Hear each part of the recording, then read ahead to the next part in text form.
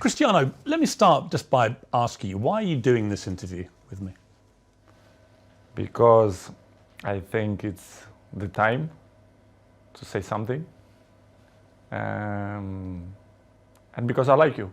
As simple as that. Well, don't say that in public. Well, I like you too, and I appreciate it, because I think that you've had to sustain a lot of criticism this year in particular, probably more than at any stage in your career. And I think it's time to set the record straight and to clear up a few things, not least, I suspect, for the fans of Manchester United. You must be wondering what the hell's been going on.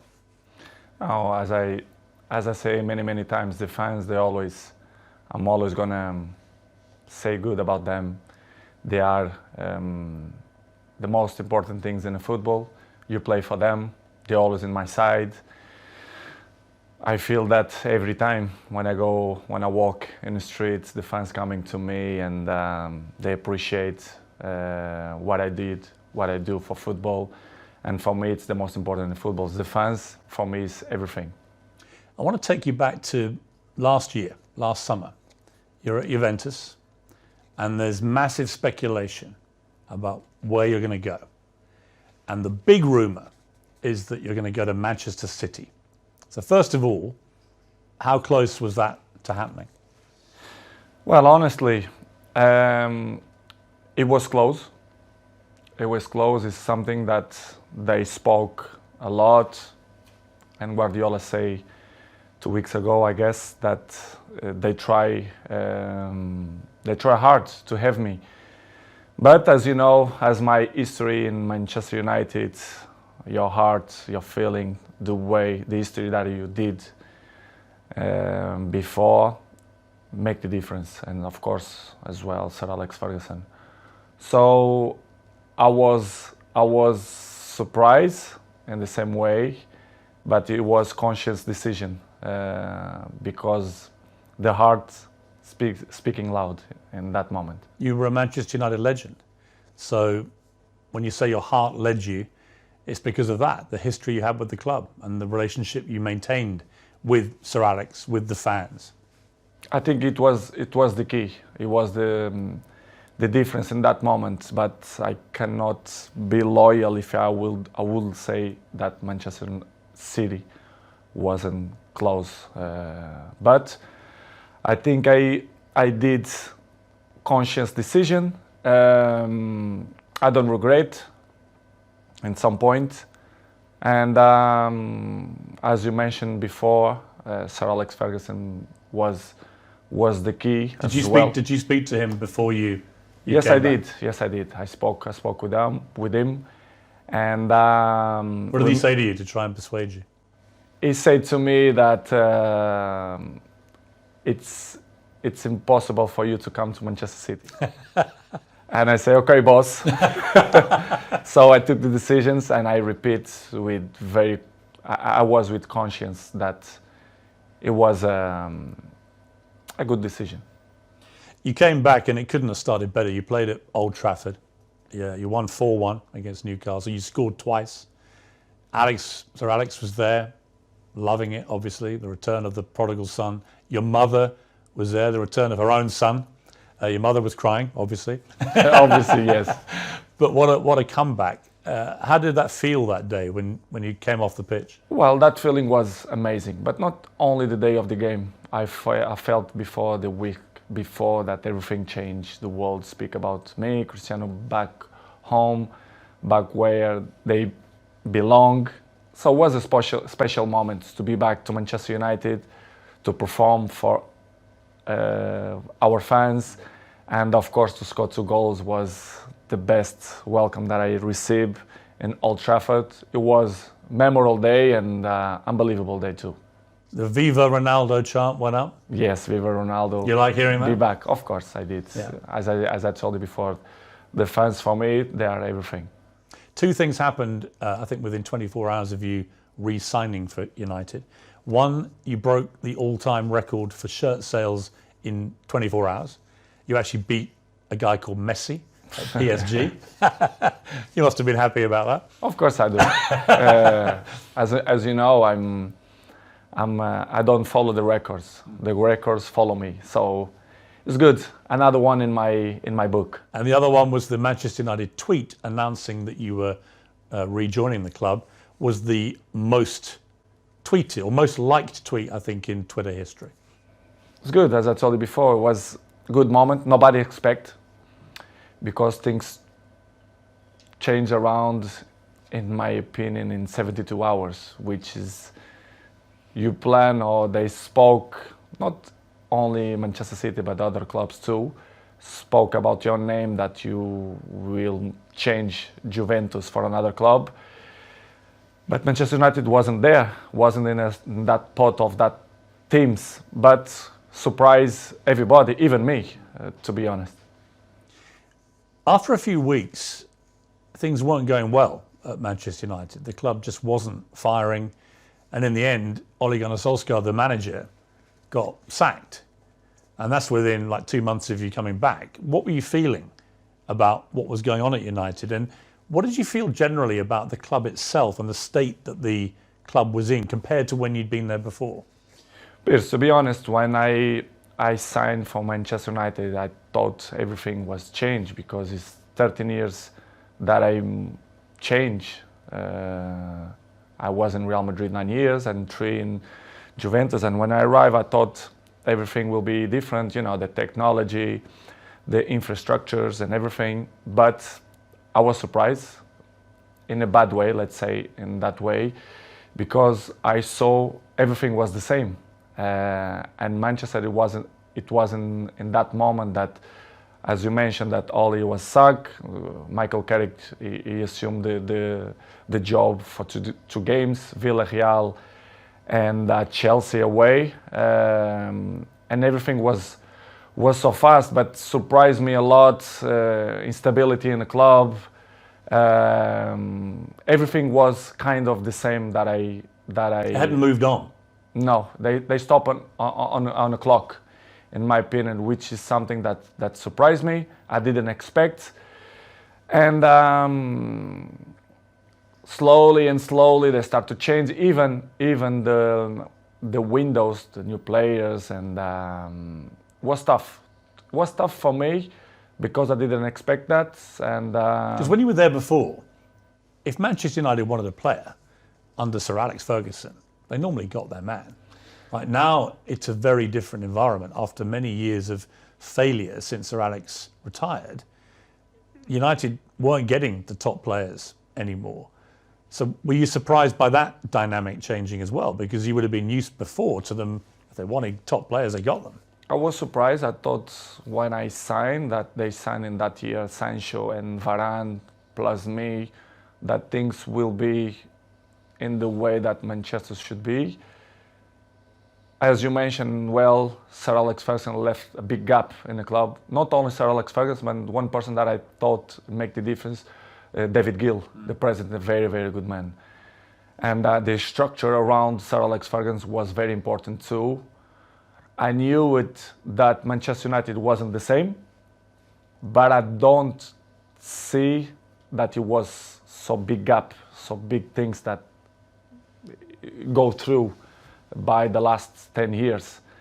And it was the thing that surprised me more, to be honest. It was little things like even the swimming pool that the players use, the saunas, all these facilities. Nothing had changed since you'd left in 2009. Nothing changed. Surprisingly, not only the pool, the jacuzzi, even the gym. Even some points, the technology, the kitchen, the chefs, which is I appreciate, lovely persons. They stop in a time which it surprised me a lot. I thought I will see different things, as I mentioned before, technology, infrastructure.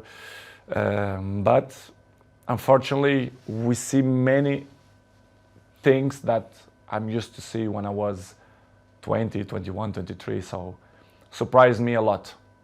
You'd also, of course, as you said, you'd been at Real Madrid and Juventus, where you saw them moving all the time to progress with technology, the latest thing, to improve performance levels. So you were able to compare what you'd experienced there with what was not happening at United.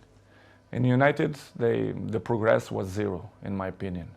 To compare with Real Madrid and even Juventus, that they follow the recent world. So the technology, especially the terms of training, nutrition, and conditions of eat properly and to recover better than before, surprised me. Manchester right now, to compare with that club, I think it's behind, in my opinion, which is something that surprised me. A club with this dimension should be in the top of the tree, in my opinion, and they are not. Unfortunately, they are not in that level, but I hope the next years they can reach to be in the top level. Up next, Ronaldo's scathing verdict on what's gone wrong at Manchester United.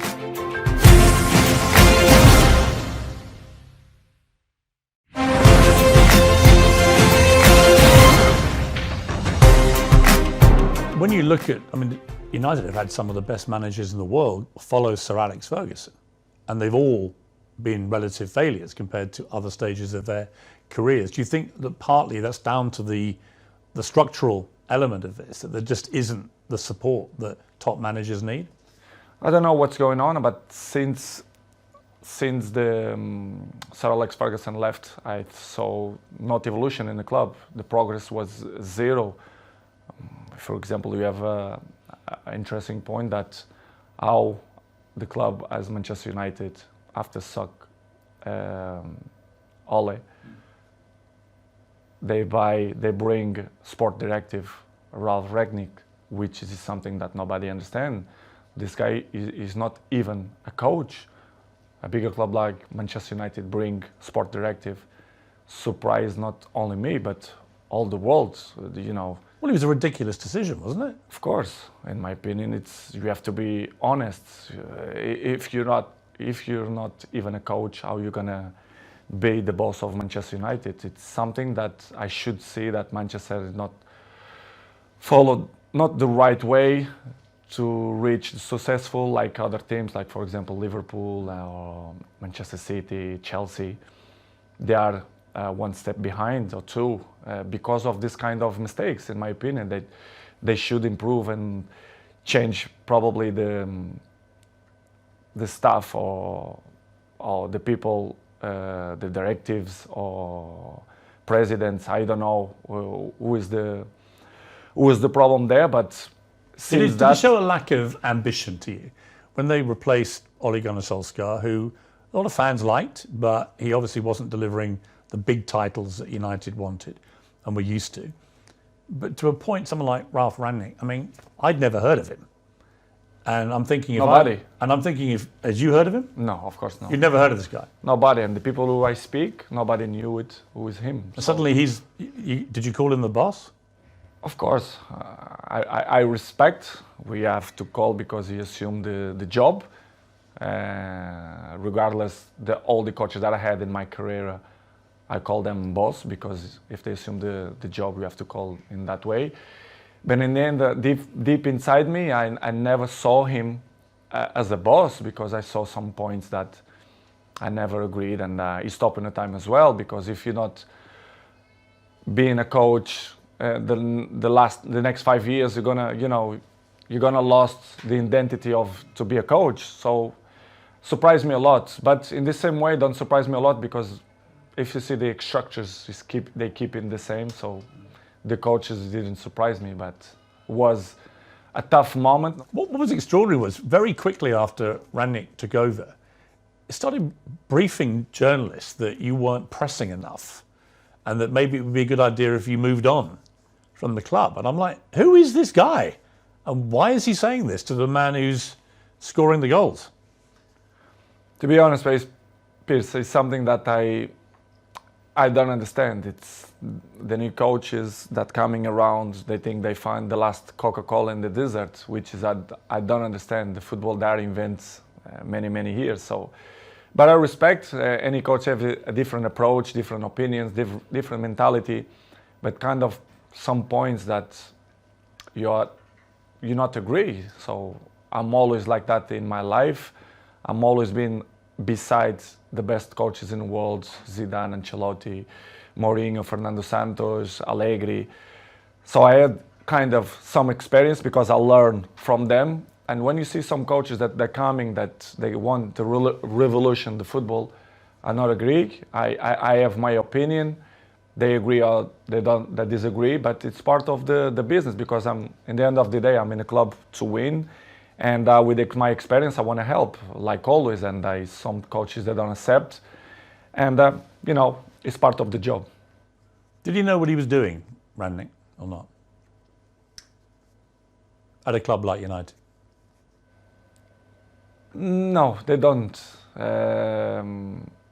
They knew the club very well, but they don't know the dimension of the club inside, the history of the club, which is for me surprised me even more, which is when the soccer Ole Solskjaer, you should bring a top manager, not sport director. Did you think it was right to get rid of Solskjaer, or would you have kept him on? Well, it's not.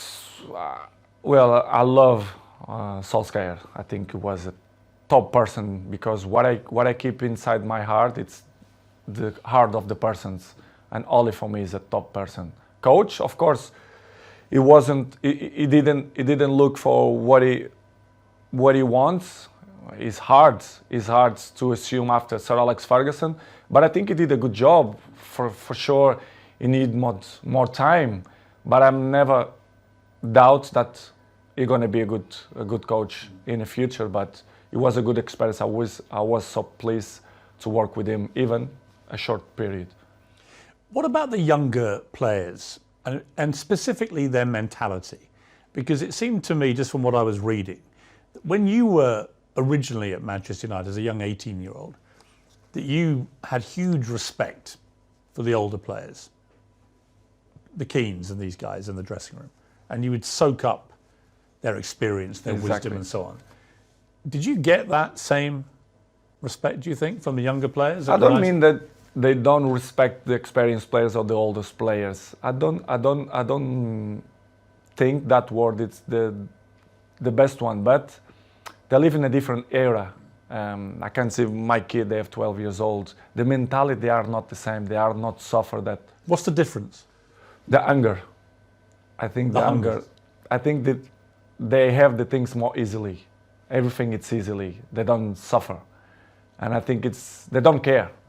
I don't mean only a few in Manchester United, but all the teams, all leagues in the world, the youngers, they are not the same of my generation. But we cannot blame them because it's part of the life, the new generation and the new technologies that avoid, they distract them for another thing. So, but they are not the same.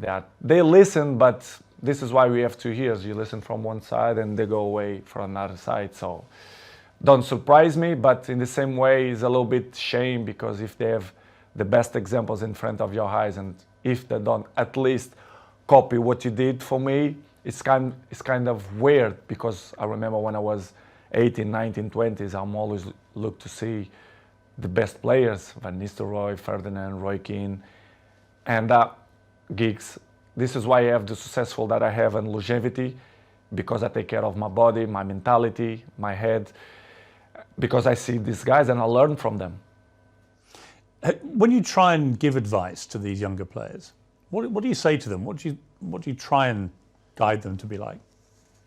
I think the best advice, I'm not the kind of guy to like to give advices. I prefer to be as example.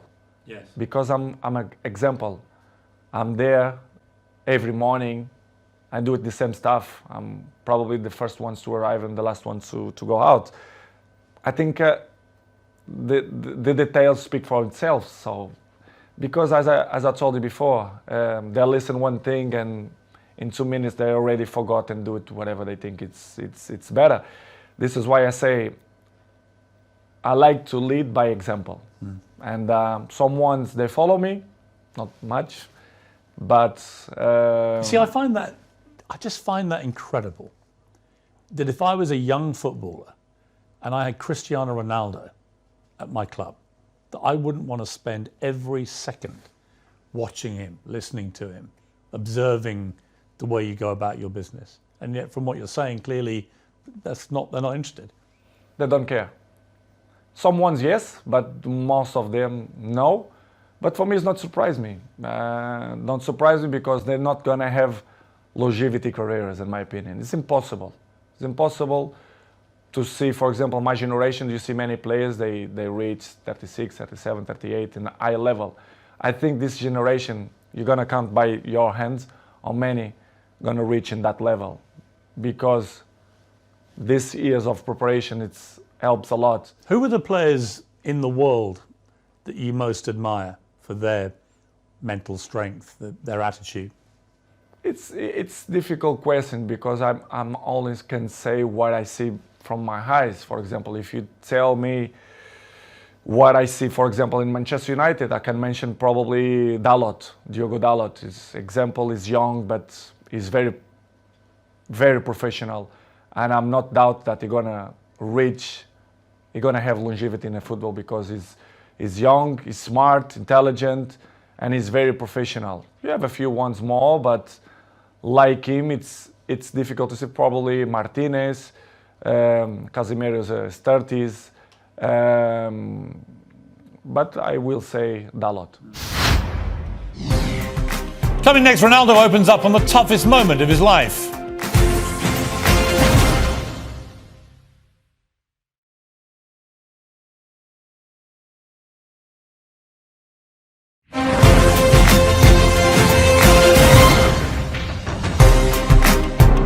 So Rangnick's come in, it's your second manager, it's not working, the results aren't great. You're still scoring goals regularly for Manchester United. You're about the only one who is. But then you get hit by an awful episode in your life, probably the worst time of your life, where your partner, Georgina, she's pregnant with twins and is actually giving birth to these two babies. And your baby son doesn't survive. And I don't think I can imagine, I have 4 kids, you have a lot of children, you can't imagine a worse thing to happen than to go a full term of a pregnancy, particularly for the poor mother in that case, but also for you. What was that like for you, that time in your life? It's probably the worst moment that I passed through my life since my father died, when you have a kid that you expect that everything will be normal and you have that problem, it's hard, as human being that I am, me and Georgina, we had quite difficult moments because we don't understand why happened to us. Was difficult, to be honest, was very, very difficult to understand what's going on in that period of our life. As you know, the football carry on, they are so fast, many competitions, the football don't stop. We have many competitions. And pass through in that moment was probably the most difficult moment that I had in my life, me and my family, especially Gio, that was tough. She said she was giving an interview about the new series of her TV show.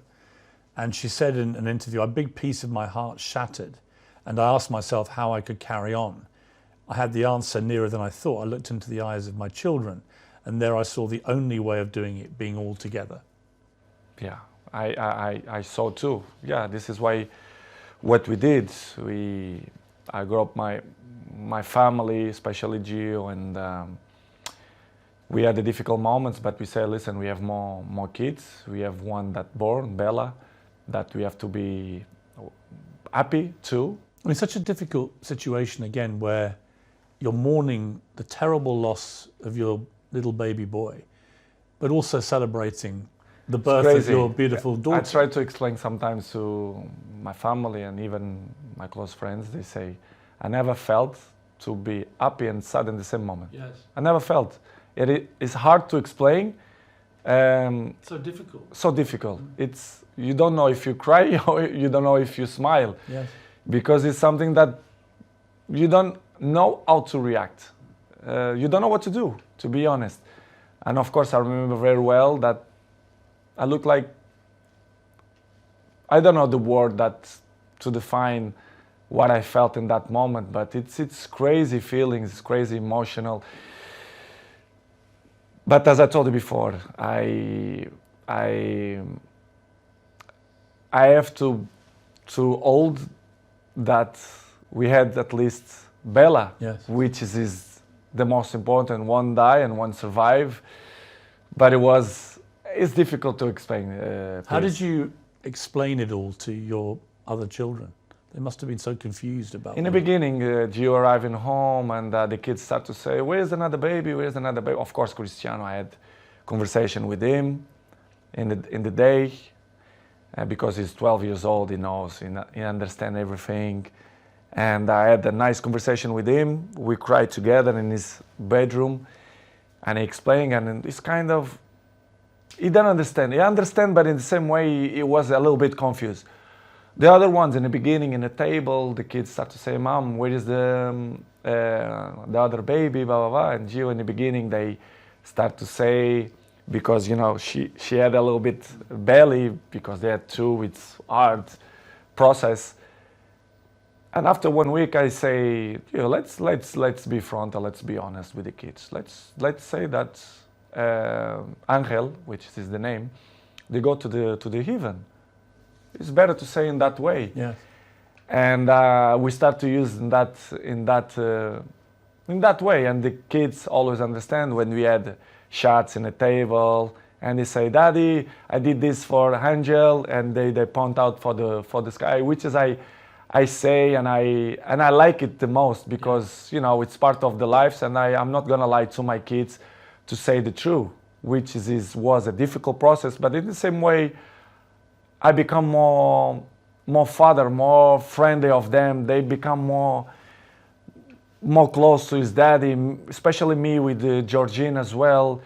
Yeah, I was going to ask you that because these things they can make or break relationships because the grief can be so intense. It can drive couples apart or it can bring them closer. In my case, it was better in that way. I become more friendly of Gio. I was of course friend, but I see more lovely for her and for my kids, and I start to see the life with a different perspective. You understand, which is coming the point of, if you're gonna ask me for sure, the pre-season moments. Yes. For example, why I didn't go to the pre-season. Yes, I'm going to come to that. Yeah. But it was just to finish in that chapter was the most difficult moment. The last since my dad died, it was this moment that I passed through the last 6 months. Do you feel your son is with you in spirit? Do you feel For that? sure, for sure. His ashes is with me, like my daddy. They are here in Really? my house. Yes. It's something that I want to hold for the rest of my life.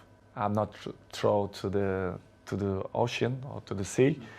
I keep with me. They are next to my daddy. I don't know if you check. I have a small church down, and you do? Yes, I do. Like a little chapel? Yes, Huh? chapel, and I keep my daddy and my son. Do you talk to them? Yes, I do. I talk with them every time, and that they are in my side. They help me to be a better man, to be a better person, to be a better father. And it's something that I'm really, really proud that the message that they send me, especially my son. Amazing. You had an extraordinary reaction from football fans, obviously from Manchester United, but I think you must have been just so surprised by the outpouring of not just support, but Liverpool fans sang on the 7th minute of their next game, "You'll never walk alone." The cop, the great infamous enemy of Manchester United. What did you feel when you heard that? I never ever expect that. Never. I had the opportunity now to say, all English community, thank you a lot for that that they had with me, not only Liverpool, but all England. I was at Arsenal when you played, and on the 7th minute, the whole crowd. I received a letter from the Queen family as well. Really? Yes, I do. Which is from the Queen herself? Or? Yeah, family. Yeah. And surprised me a lot. Offering their condolences? Yes. Wow. Unbelievable. This is why I say I respect a lot the English community, English people, because they've been very kind with me, and in that difficult moment of my life was spectacular. The way they treat me and my family in that difficult moments. I should say straight to the crowd and thank you to the all English community that helped me in that moment. When the Queen sadly died in September, you posted a very nice tribute to her. Was part of the reason because of what they had been like with you? Of course, they've been so kind of with me, and this is why I did what I did. But it was unbelievable moment. I'm never ever gonna forget that moment. You have a little girl, Bella. She's 6 months old now. Must be a great joy amid all that terrible sadness. Unbelievable. It was another member in the family. They are the shine of the house, and we are so proud. Me, Georgina, and all my kids. They are very, very proud for them. They are spectacular. A beautiful girl, and we are so happy. We are so happy. We are happy fathers. You're going to have more? I'm not thinking now to thinking more kids. I think we done, but we never know. The future only God knows. But right now we want to have a break, to enjoy these ones, because they are little. Bella 6 and the rest they are 5 and Cristiano 12. We want to enjoy a little bit of these ones. Let's see the future. It's very difficult to play top level football at the best of times. It's a hard business in full public glare of millions of people watching. To have to go back and play after this must have been incredibly hard for you, even with your mental strength. How did you find that? Difficult, very difficult to play after that. But as I always have good support from my family, and Georgina told me, go to play, go enjoy, to do what you like to do. We're gonna help for you to forget a little bit the situation. It was difficult, but in the same point, I think helps for you to, to don't thinking much about that. Even to training was good, but as you know, the football going so fast, and trainings, games, even the national team, the things going so fast, you don't even have a time to settle and say what's going on, because the things going so fast. But it was good. Georgina helped me a lot to give me that possibility to say. She's a very strong woman. Yes, she did. Georgina. Yes. I mean, really strong. Yes. Just to be your partner is probably not an easy time a lot of the time, with all the attention all the time. But to go through what she's gone through and still get up and be there. We help each other. But she struggled when she was young, which is she look at life with a different eyes. Even she's young, but she suffer. She born in Argentina. She have his issues with his family as well. She live alone. She have interesting life. Yes. And histories as well. And she helped me a lot. She's very mature for his age. We help each other. Sometimes when I'm a little bit down, she push me up, and I do it to the other side. So we are a nice couple. We help each other. So I'm really pleased that she's on my side. Any movement on the wedding bells, Cristiano? I'm not thinking now about that, but I can see in the future. I think she deserves, but it's something that not coming now in my plans, but in the future, yes, I want. Coming next, Wayne Rooney, Gary Neville. Ronaldo's got a message for both of you.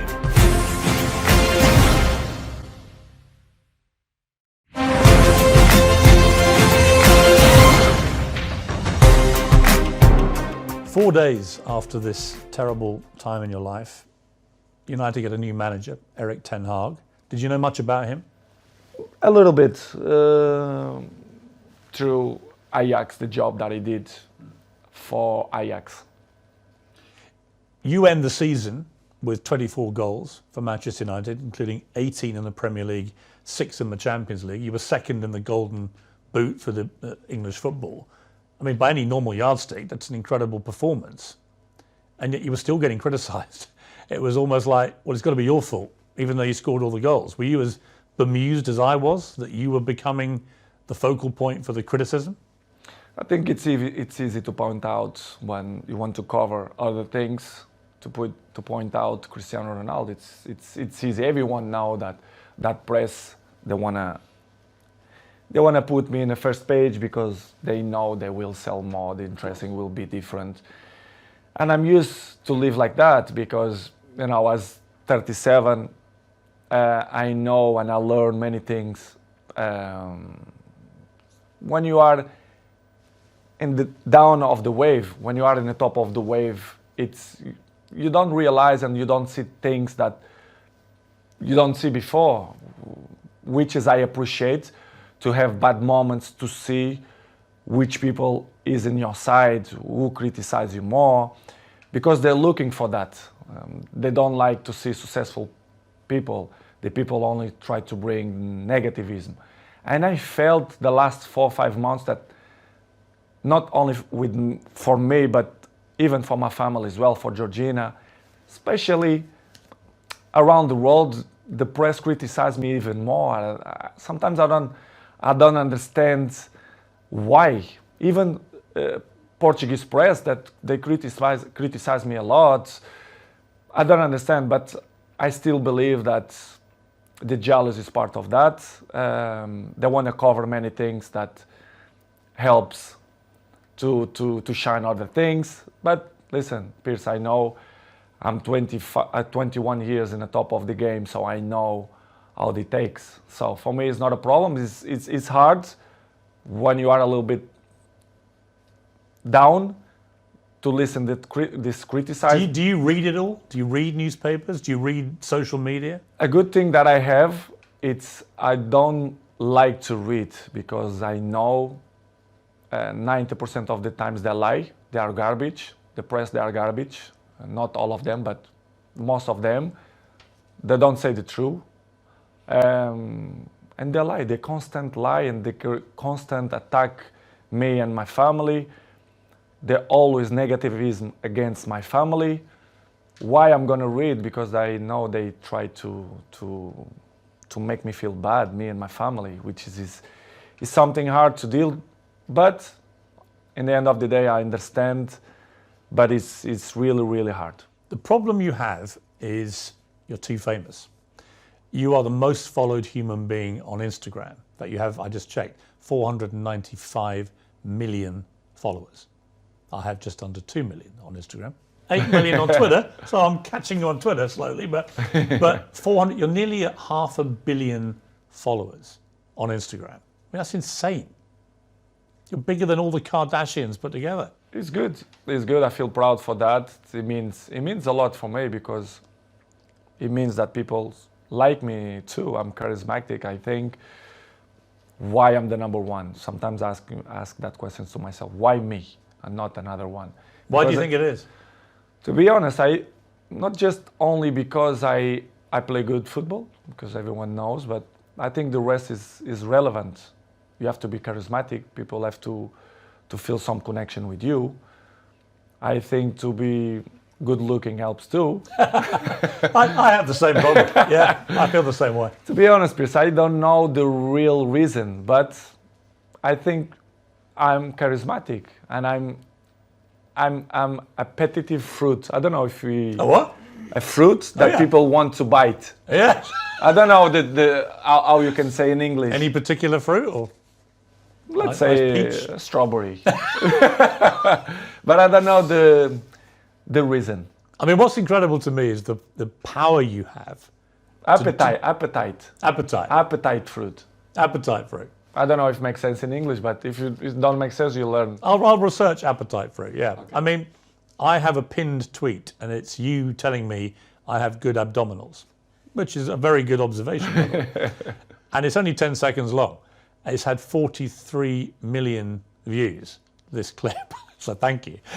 Because 43 million people have heard the guy who actually has got good abdominals tell me I've got good abdominals. But it showed me the sheer firepower you have in that world of social media.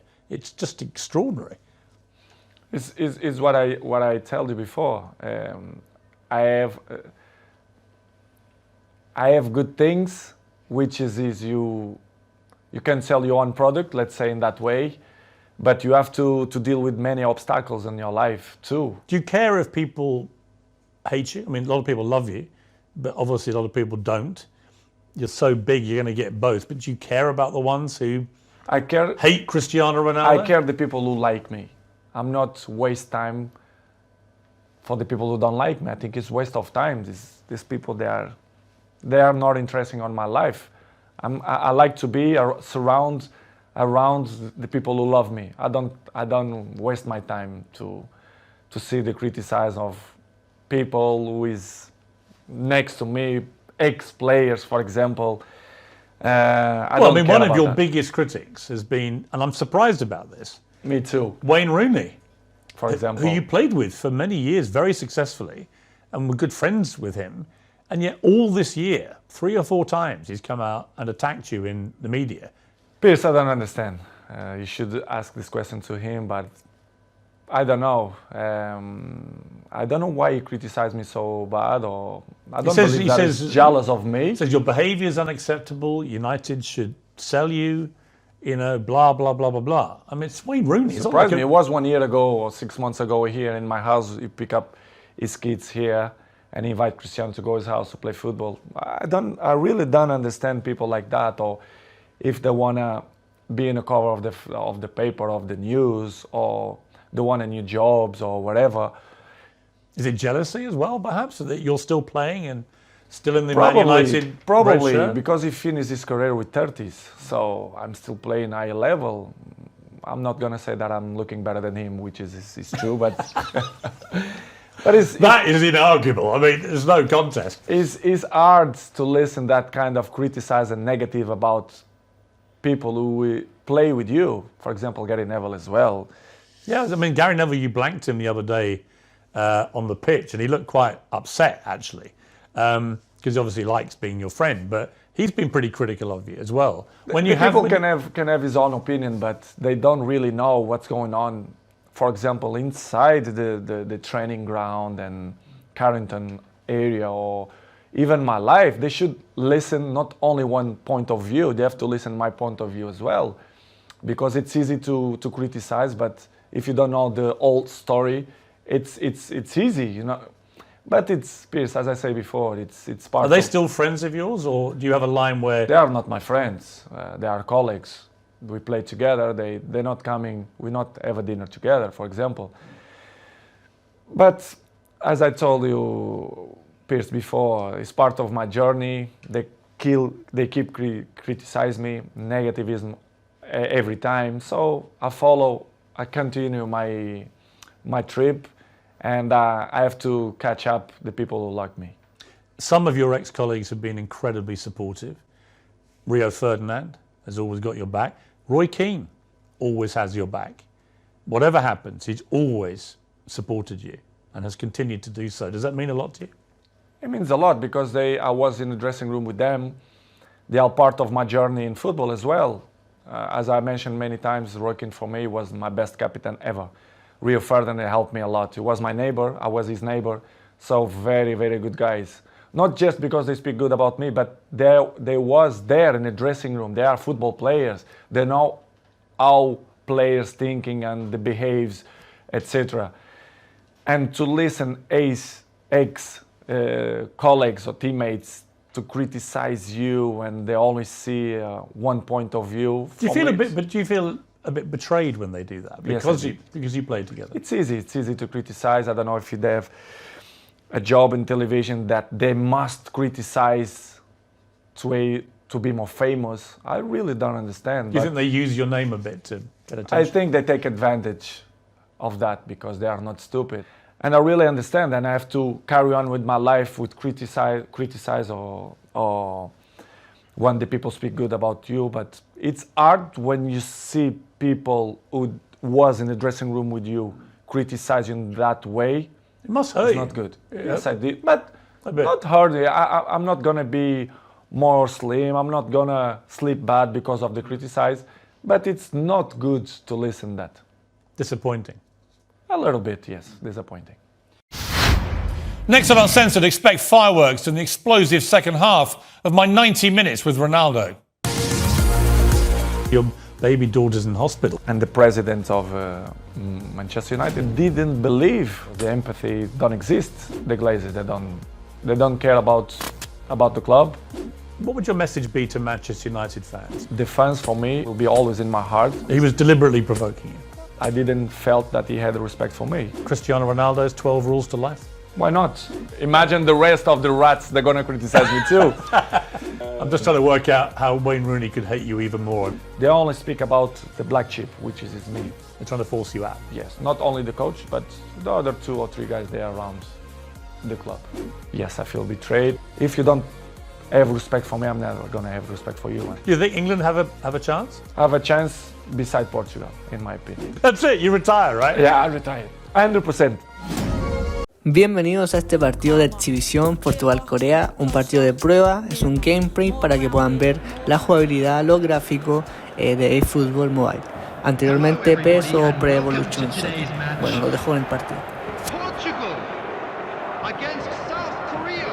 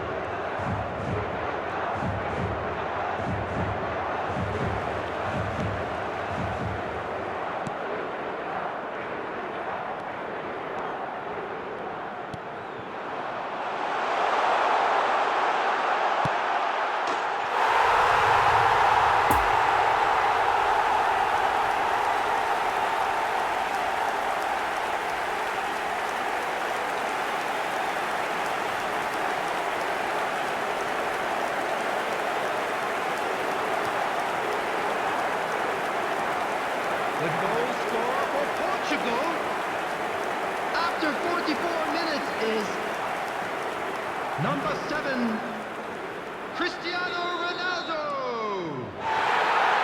There will be 1 minute added time.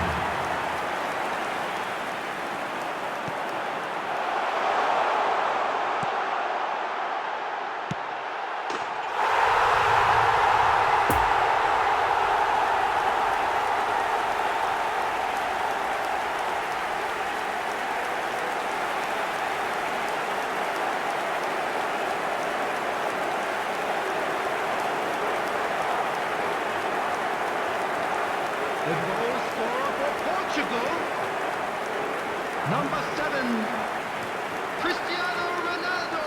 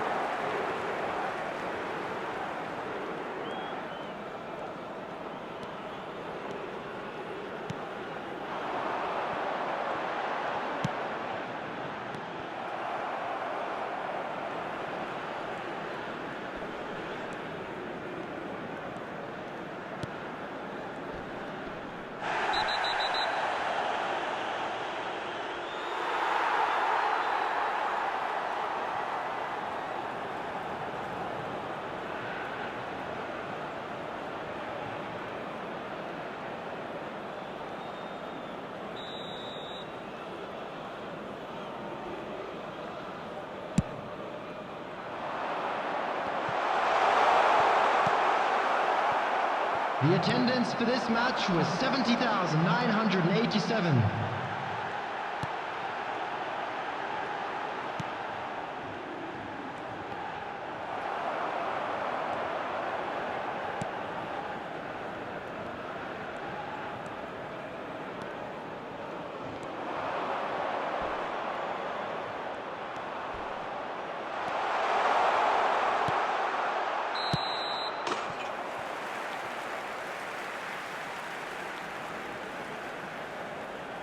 Substitutions taking place.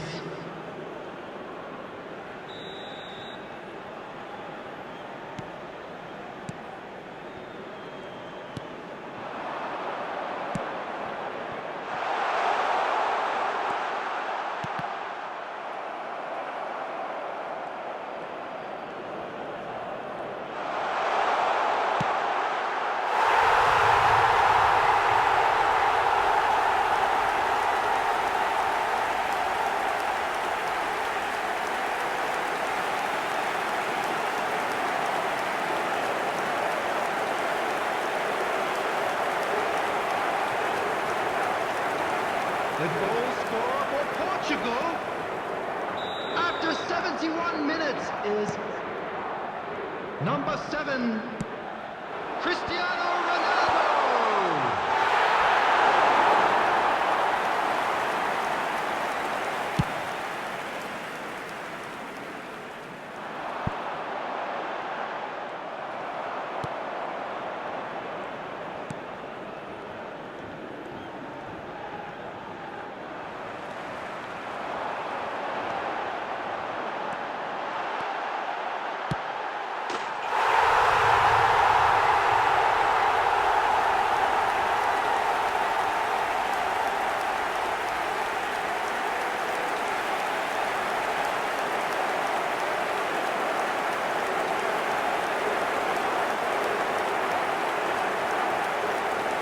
The goal scorer for Portugal after 79 minutes is number 7, Cristiano Ronaldo.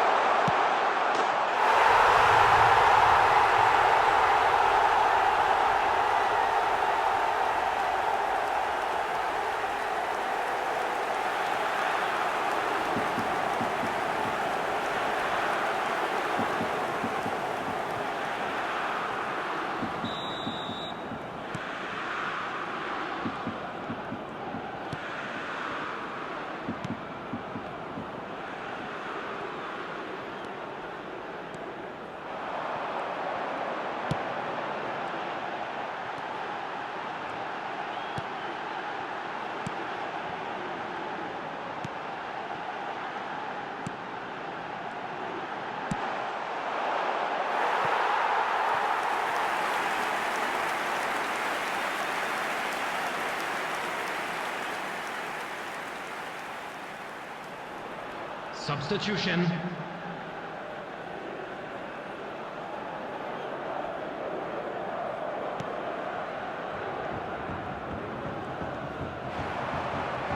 There will be 5 minutes added time.